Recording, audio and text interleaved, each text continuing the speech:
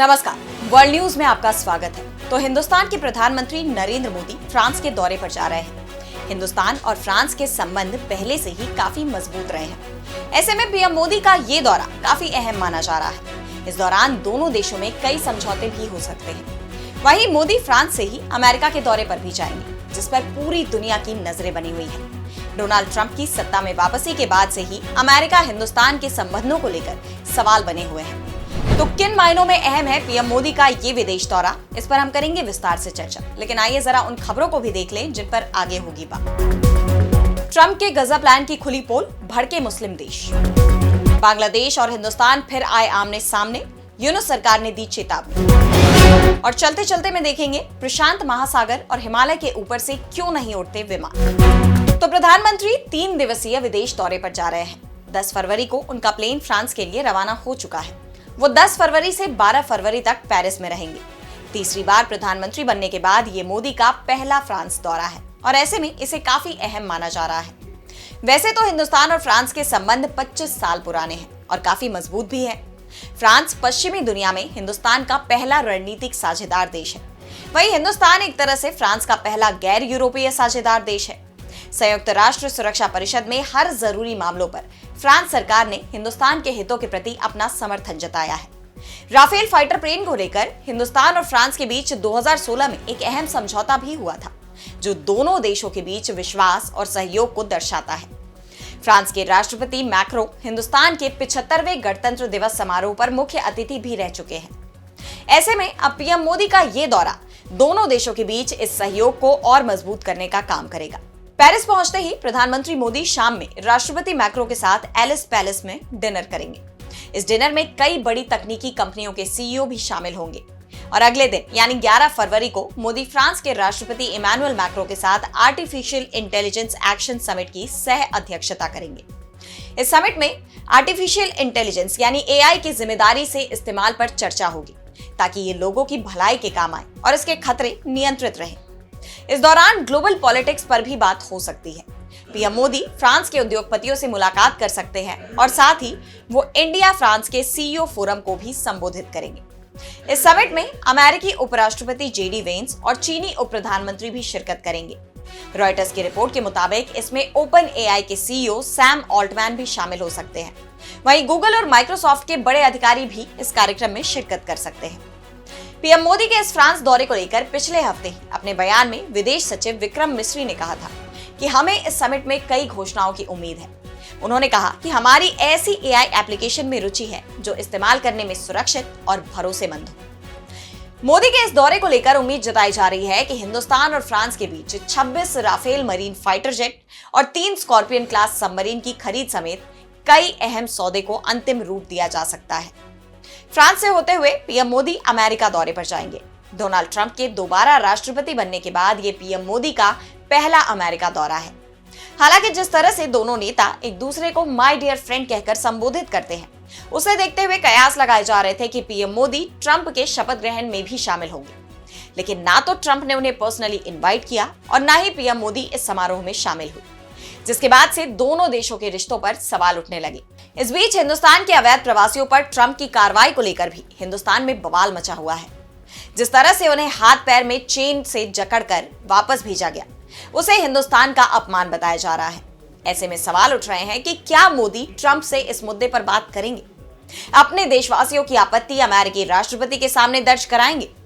वहीं रॉयटर्स की एक रिपोर्ट में दावा किया गया है कि 12 और 13 फरवरी को होने वाली इस 2 दिवसीय यात्रा के दौरान दोनों नेता व्यापार, रक्षा सहयोग और तकनीकी मुद्दों पर चर्चा करेंगे।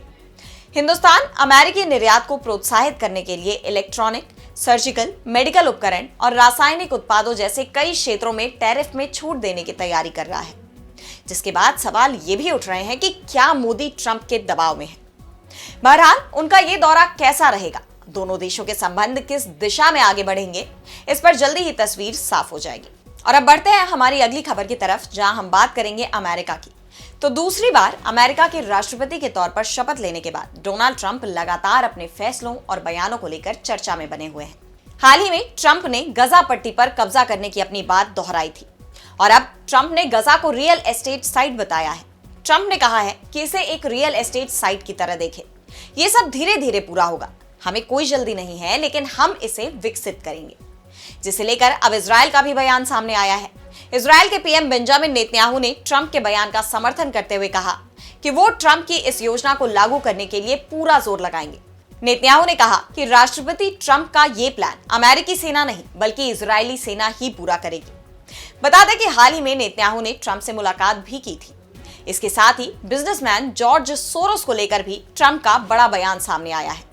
ट्रंप ने कहा है कि जाने माने उद्योगपति जॉर्ज सोरोस ने अमेरिका से 26 करोड़ डॉलर की फंडिंग हासिल की, जिसका इस्तेमाल उन्होंने हिंदुस्तान और बांग्लादेश में अराजकता फैलाने के लिए किया। एक एक्स पोस्ट में ट्रंप ने आरोप लगाया कि जॉर्ज सोरोस ने US agency for international development से 26 करोड़ डॉलर हासिल किए और इस पैसे का इस्तेमाल Sri Lanka, Bangladesh, Ukraine, Syria, Iran, Pakistan, Hindustan, Britain और अमेरिका में अराजकता फैलाने, सरकार बदलने और निजी लाभ के लिए किया गया। इस खुलासे ने अंतर्राष्ट्रीय राजनीतिक आंदोलनों में अमेरिकी सरकार की भूमिका को लेकर चिंताएं बढ़ा दी हैं। बता दें कि इसके साथ ही ट्रंप ने एक और चौंकाने वाला फैसला ले लिया है।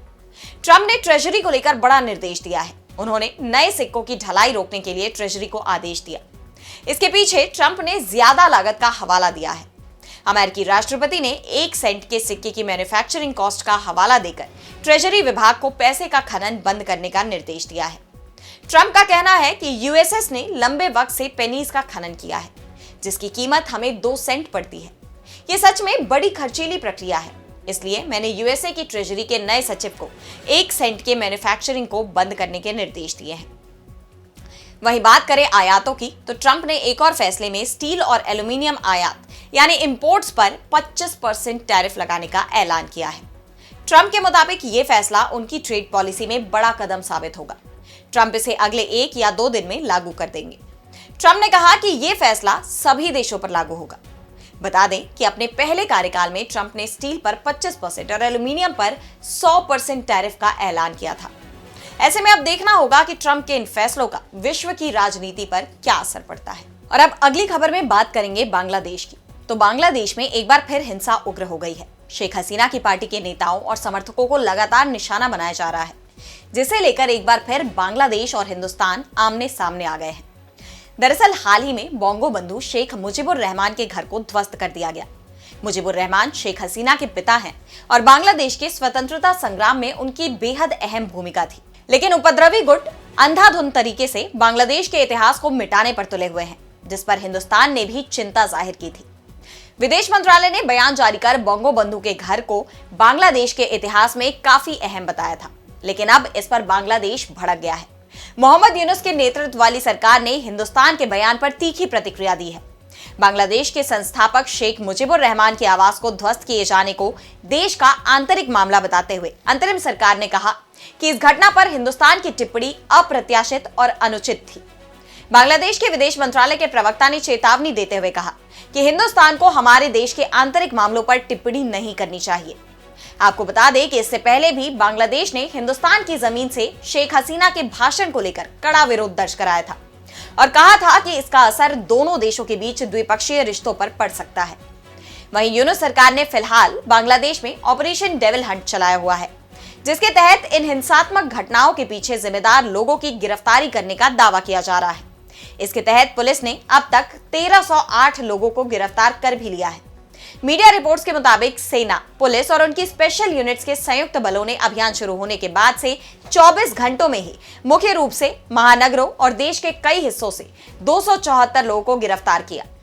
हालांकि इस ऑपरेशन को लेकर गृह मामलों के सलाहकार लेफ्टिनेंट जनरल रिटायर्ड जहांगीर आलम चौधरी ने कहा कि यह अभियान उन लोगों को निशाना बनाएगा जो देश को अस्थिर कर रहे हैं। यह आदेश तब तक जारी रहेगा जब तक सभी उपद्रवियों को जड़ से उखाड़ नहीं दिया जाता। लेकिन यूनुस सरकार की मंशा पर सवाल उठ रहे हैं। दावा किया जा रहा है कि इसके पीछे की साजिश कुछ और ही है। माना जा रहा है कि शेख हसीना के समर्थकों पर कहर बरपाने के लिए ही इसकी शुरुआत की गई है। दरअसल कई रिपोर्ट्स में दावा किया गया है कि तख्ता पलट के बावजूद पूर्व पीएम शेख हसीना के खिलाफ पूरा बांग्लादेश नहीं है, बल्कि देश में अभी भी उनके लिए भारी जनसमर्थन मौजूद है और इसी बात से मोहम्मद यूनुस घबराए हुए हैं। ऐसे में वो बांग्लादेश के चुनाव से पहले शेख हसीना के जनसमर्थन को पूरी तरह से खत्म करने की साजिश में जुटे हुए हैं। बहरहाल अब उनका यह अभियान कितना सफल होगा, ये आने वाले वक्त में साफ हो जाएगा। और अब चलते चलते में देखेंगे प्रशांत महासागर और हिमालय के ऊपर से क्यों नहीं उड़ते हवाई जहाज। तो बहुत सारे लोग हवाई जहाज से सफर करते हैं, लेकिन बहुत सारी ऐसी बातें हैं जिनके बारे में शायद ही किसी को पता हो। जैसे अगर हम आपसे पूछे कि हवाई जहाज प्रशांत महासागर या हिमालय पर्वत के ऊपर से क्यों नहीं उड़ते, तो शायद आप सोच में पड़ जाएं, क्योंकि ये एक बहुत बड़ा रहस्य है जिसके बारे में शायद ही कोई जानता हो। बहुत कम उड़ानें हैं जो पूरे प्रशांत महासागर के ऊपर से उड़ती हैं। हिमालय और प्रशांत महासागर के ऊपर से उड़ानें भरने से एयरक्राफ्ट इसलिए बचते हैं क्योंकि ये फ्लाइट के लिए सही स्थितियां नहीं है। आमतौर पर फ्लाइट हवा में 30,000 फीट की ऊंचाई पर उड़ती है ताकि मौसम के बदलाव या किसी भी और अप्रिय घटना से बचा जा सके। हिमालय में सभी चोटियों की ऊंचाई आमतौर पर 20,000 फीट से ज्यादा है। ऐसे में ये उड़ान भरने के लिए ठीक नहीं है। यहाँ हवा की स्पीड भी असामान्य रहती है और ऑक्सीजन भी कम होता है, जिससे यात्रियों को भी दिक्कत हो सकती है। यहाँ मौसम भी तेजी से बदलता रहता है और कभी भी आपातकाल की स्थिति आ सकती है। प्रशांत महासागर पानी का एक विशाल पिंड है जिसके पार उड़ान भरने के लिए बहुत ज्यादा मात्रा में ईंधन की जरूरत होगी। एक और वजह यह है कि हवाई जहाज हमेशा समतल सतह पर आपातकालीन लैंडिंग करते हैं और साथ ही पायलट सुरक्षा के लिहाज से विमान को उस मार्ग पर उड़ाना सही समझते हैं जहां ज्यादातर हवाई अड्डे मौजूद हों, ताकि आपात की स्थिति में विमान को आसानी से उतारा जा सके। और इन सभी परिस्थितियों में प्रशांत महासागर या हिमालय की ये चोटियां फिट नहीं बैठती, इसलिए यहां से हवाई जहाज उड़ान नहीं भरते हैं। तो आज इस वर्ल्ड बुलेटिन में इतना ही। देश दुनिया की तमाम बड़ी खबरों के लिए बने रहिए डीवी लाइव के साथ और मुझे दीजिए इजाजत। नमस्कार।